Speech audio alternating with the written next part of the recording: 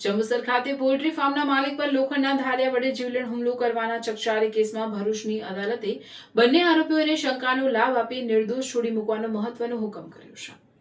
જંબુસરમાં poultry farm ચલાવતા ચિરાગભાઈ પટેલે મરઘાની દેખભાળ અને દાણા પાણી માટે ઉધમ સીતારામ અને ધર્મેન્દ્ર ઠાકુરને કામે રાખ્યા હતા। તારીખ 31/8/2025ના રોજ રાત્રે 11:15 વાગ્યાના સુમારે ઉધમ સીતારામ મરઘાને દાણા પાણી આપ્યા વિના જંબુસર ટાઉનમાં ખરીદી કરવા ગયો હતો। ફાર્મ પર પહોંચેલા માલિક ચિરાગ પટેલે તેને ફોન કરીને બોલાવ્યો હતો। ઉધમ તેની સાથે અન્ય એક શખ્સ કેદાર ઘનશ્યામ ઠાકુરને લઈને ફાર્મ પર આવ્યો હતો। ચિરાગભાઈએ મરઘાને દાણા કેમ નથી નાખ્યા તેમ કહી ઠપકો આપતા ઉધમ ઉશ્કેરાઈ ગયો અને ગાળો બોલવા લાગ્યો। તે દરમિયાન કેદાર ઠાકુરે ઉધમનું ઉપરાણું લઈ નજીકમાં રહેલા લોખંડના ધારિયા વડે ચિરાગભાઈ પર હુમલો કરી માથા તેમજ શરીરના ભાગે 8 થી 10 ઘા ઝીકી દીધા હતા। જ્યારે ઉધમે ચિરાગને પાછળથી પકડી રાખી જાનથી મારી નાખવાની ધમકી આપી હતી।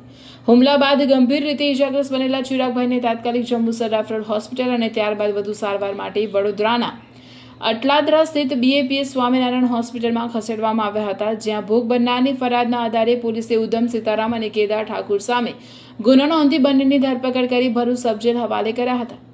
આ કેસ ભરૂચના પ્રિન્સિપલ ડિસ્ટ્રિક્ટ જજ RK દેસાઈના કોર્ટમાં ચાલવા પર આવ્યો હતો। આરોપી ઉધમ સીતારામ વતી ભરૂચના એડવોકેટ રાજેશ T પ્રજાપતિ તેમજ આરોપી કેદાર ઠાકુર વતી એડવોકેટ DD મિસ્ત્રીએ કોર્ટમાં દલીલો રજૂ કરી। બચાવ પક્ષની દલીલોને પુરાવાઓને ધ્યાને રાખી અદાલતે બંને આરોપીઓને શંકાનો લાભ આપી નિર્દોષ મુક્ત કરવાનો આદેશ કર્યો છે।